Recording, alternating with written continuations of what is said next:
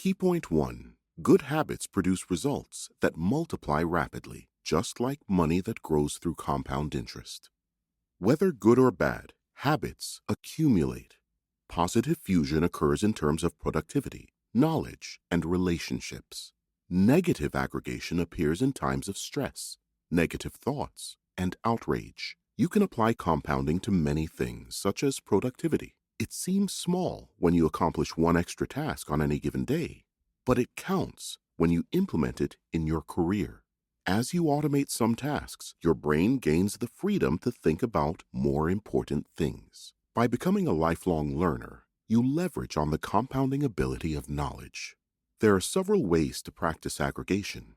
For example, reading challenges you to think differently and introduces new ideas. Growing in kindness also produces compound interest in terms of your relationships. People are predisposed to helping others who have been kind to them. Negative things are also prone to accumulation. Minor stressors may seem isolated at first, but over time, they fuse into serious health issues. Parenting, traffic jams, a slight increase in blood pressure, etc., are common sources of worry. Feeling stressed then compounds into more significant problems. Negative thoughts can also aggregate. Accumulating thoughts that don't enhance life will create a negative reality for you. Be mindful of how you think of yourself and others. The same goes for outrage. Often it's a combination of microaggressions that burst into protests and civil unrest. But we like to pin it on a single event as if it was isolated. Small changes appear insignificant until they reach a tipping point or threshold. This threshold is known as the plateau of latent potential. To get the results you seek, you need patience. Did you know, according to James Clear, a daily improvement or regression of 1% will leave you 37 times better or worse at the end of the year? Key point 2.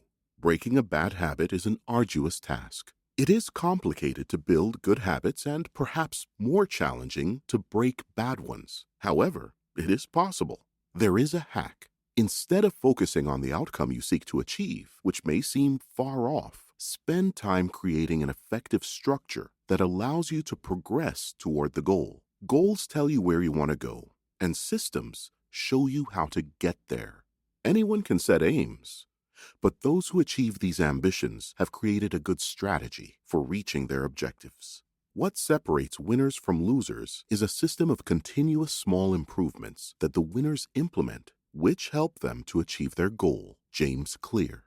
Aims are transient. Everyone wants results, but problems often resurface with this mindset. Lasting change comes from creating the proper process and automating procedures. The excitement that comes from achieving goals is usually short-lived. Besides, people who focus on goals tend to put off being happy. With a systems-first mentality, you enjoy every step that leads up to the aim. If the things you do please you, you'll want to do them again.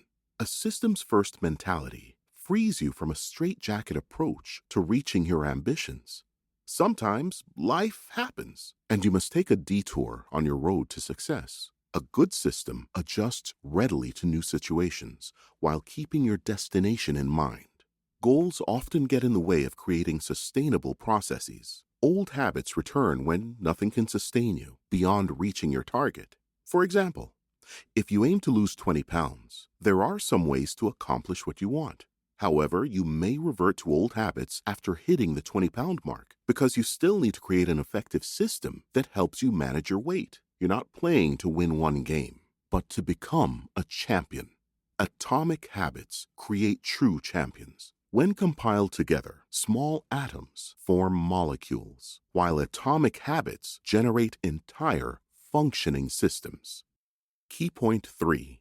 Changing who you are is more important than focusing on your goal because it makes the change sustainable. There are 2 reasons for the difficulties we face in changing our habits. We try to change the wrong things. We try to change in the wrong way. There are 3 layers of behavioral development: outcome, process, and identity. Outcomes are the result of the change. Processes are actions that you take to implement the change. Identity as your beliefs. The issue that arises when developing lasting habits is the direction of change. Character change should be your focus, not achievement. Altering belief must precede the modification of behavior. Who you are is more important than what you do. If a habit becomes part of your personality, the chances of you maintaining it are much higher. Take some time to think about who you want to be. Ask yourself what you must do to become that person. Behavior is often a response or an outward manifestation of identity. Cognitive slumber is when you follow the norms you grew up to know without challenging these narratives. You will change as you become aware of the scripts you are acting out in your life. For example, you are average at math, and your experience has conditioned you to think math is not for you. Over time, you gather evidence from your grades that reinforce the belief that you're bad at math. Shifting your thinking or belief about math creates a new reality. After all, you're average, not bad. Your beliefs form throughout your life. You don't have much power over your values in childhood and adolescence. Your environment determines them, including your parents, school, friends, and the media you consume daily.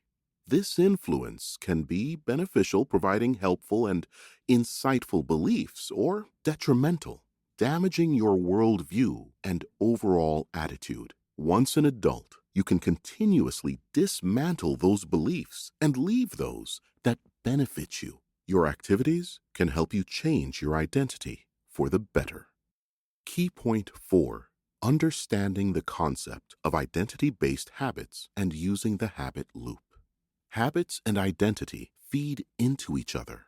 It is a two-way street. However, spending more time on identity than the results of your goals is essential. If you put your values in the driver's seat, your results will align with your beliefs.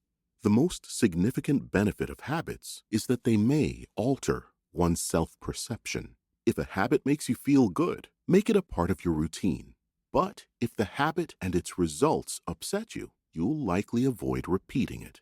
The brain automates habits because it finds them satisfying. They exist as leverage to help you conserve energy. Habits are mental shortcuts learned from experience. As habits are created, the level of activity in the brain decreases. You learn to lock in on the cues that predict success and tune out everything else. James Clear. By automating the essential things in life, you create mental space for yourself. Creativity comes from creating mental space for thinking. When there is room for new thoughts, you can develop plans and ideas with better reach and substance. Key point 5. The habit loop explains that all habits are formed in a 4-stage procedure. Cue, craving, response, and reward. It is a cue when something urges the brain to elicit a behavior. Once triggered, you begin to crave the behavior. Until you respond to this need, your emotions will continue to be all over the place. Responding to desires gets you a reward. You repeat your actions and create a habit loop when you receive the benefit. Each habit has an aim represented by the reward it gives. The cue shows you the reward. Then you desire the prize. By responding, you put in the work to get it. Rewards serve us in 2 ways: satisfaction, teaching.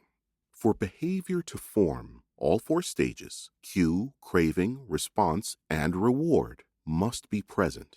There are 2 groups for stages: problem phase, cue and the craving; solution phase, response and the reward.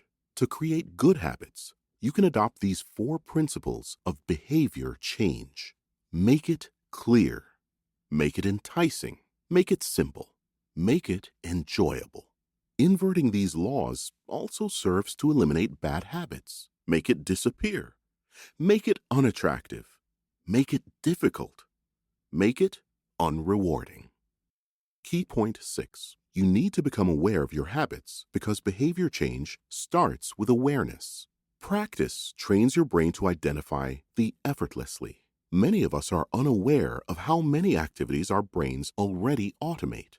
Hair growth, blood flow, breathing, digestion, etc. are automatic commands from the brain to the appropriate body parts.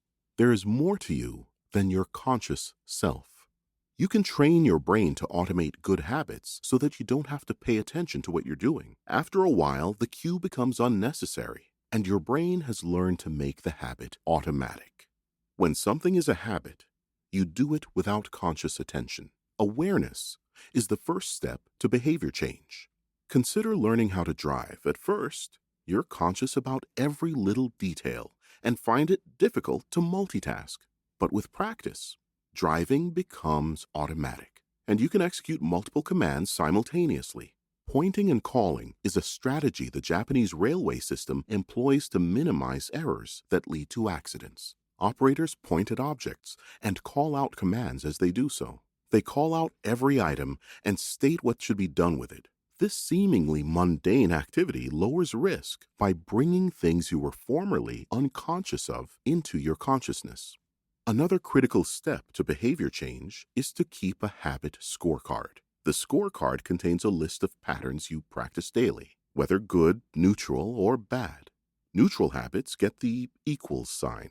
Good ones get a plus sign, and bad ones get a minus sign. You have positive tendencies if you get a positive score from adding all your habits. A negative net score indicates a negative pattern. Take your time changing your habits initially. Observe and learn from the consequences of your choices before deciding what to do about them. Did you know the strategy of pointing and calling decreases the number of mistakes by up to 85% and reduces accidents by 30%? Key point 7. Implementation, intention, and habit stacking are efficient techniques for creating and maintaining wanted habits. An implementation intention is a strategy that requires you to state the time and location of the activity you want to perform. The formula is simple, and it goes like this. I will, behavior, at, time, in, location. While there are many cues for your actions, the two most common prompts are time and location. Implementation intentions leverage both of these reminders.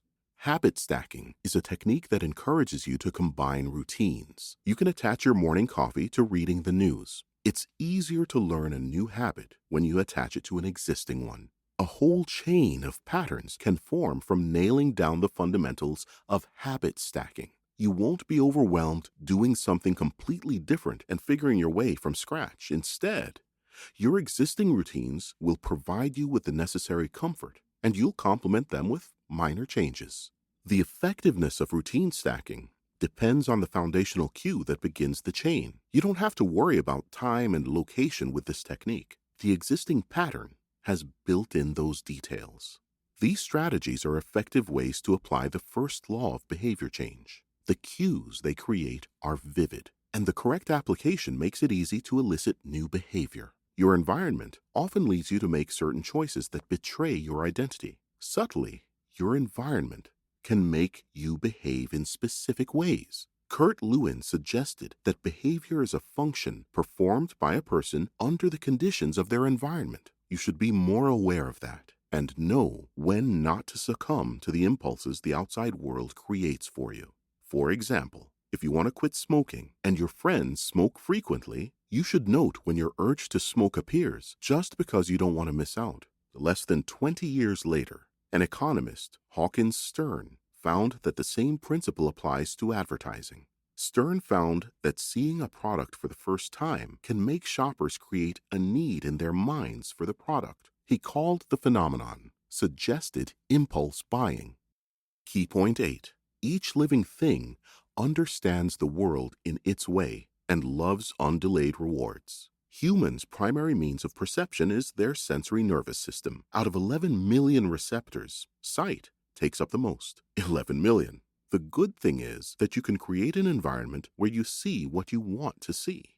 A habit can become enticing if it has the right visual cues attached to it. You can use strategies that encourage bad habits to promote good ones. You are more likely to form a habit when there are multiple triggers in your surroundings. Scientists have found that people with high self-control have designed their lives to avoid cues that make them lose control. Rearrange your environment to produce the results you seek in your life. Self-control works when you find yourself in a compromising situation unexpectedly.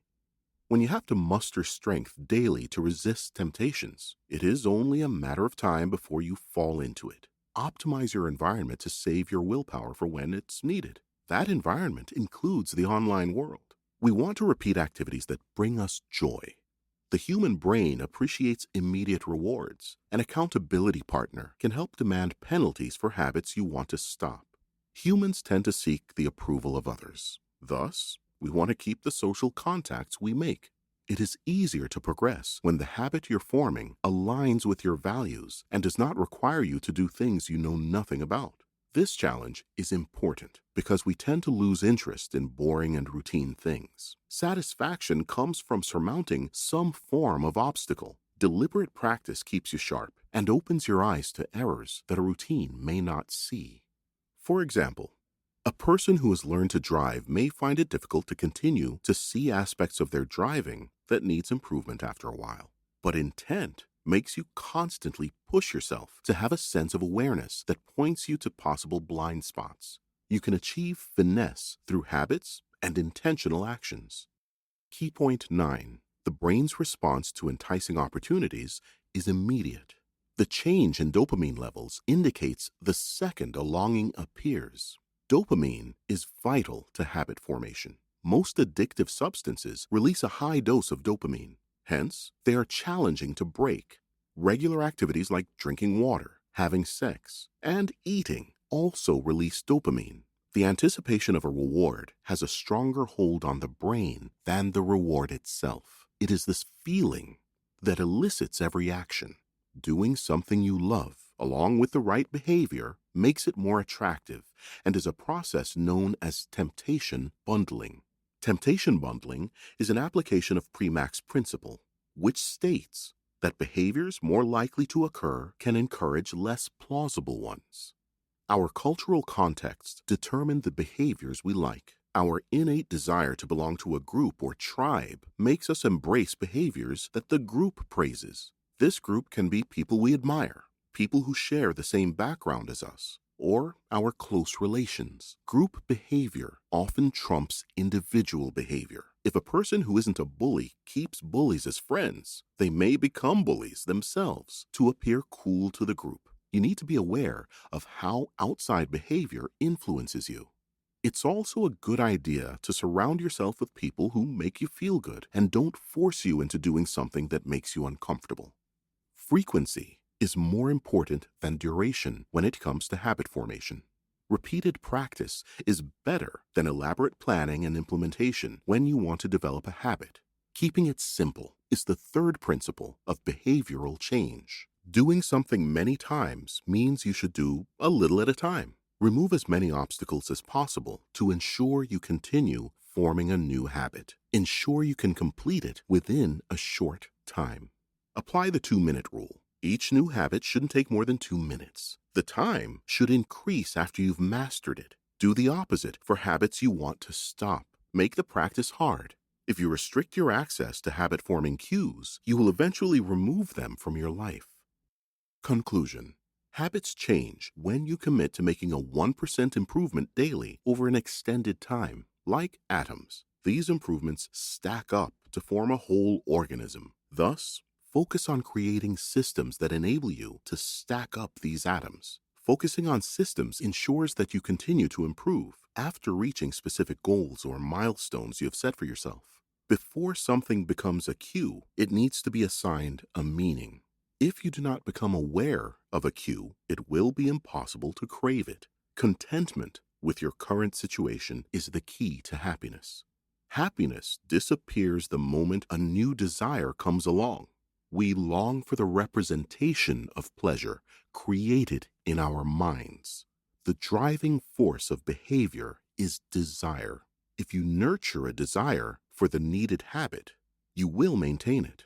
Emotions drive action. Logical reasons are not as powerful as emotions when doing something, and craving comes before a response. It is our feelings that determine what we do. We evaluate actions only after we have carried them out. When these actions are satisfying to our brain, we get reminders at a later time to repeat these actions. Be mindful of what gives you satisfaction. Try this. Create a habit scoreboard to see whether you have a net positive or negative pattern. Identify one routine you want to stop and one you want to develop. Apply the appropriate methods to the habits.